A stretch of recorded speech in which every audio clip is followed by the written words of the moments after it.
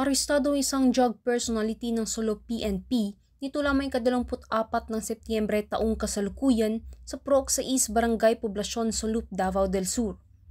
Kinilala ni Police Captain Ronald Daitan, officer in charge ng Solo Municipal Police Station, ang suspect na si Elias Lester na isang street-level individual, 38 taong gulang at residente ng Proc 7 Barangay Poblacion, Sulup, Davao del Sur.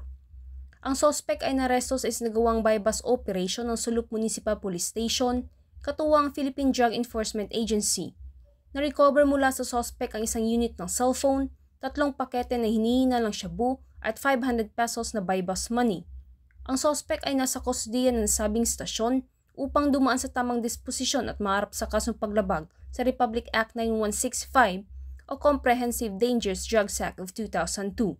Samantala, ang Police Regional Office 11 sa pamumuno ni Regional Director Police Brigadier General Nicolas Torre III ay patuloy na pinapaigting ang laban kontra kriminalidad alinsunod sa kampanya ng Bagong Pilipinas na panatili ng kapayapaan at kaayusan tungo sa pagsulong ng bansa. Mula dito sa Police Regional Office 11, ako inyong PNN Correspondent, Patrolwoman Sheena May Ilagan, alagad ng batas taga-taguyod ng Balitang Pulis.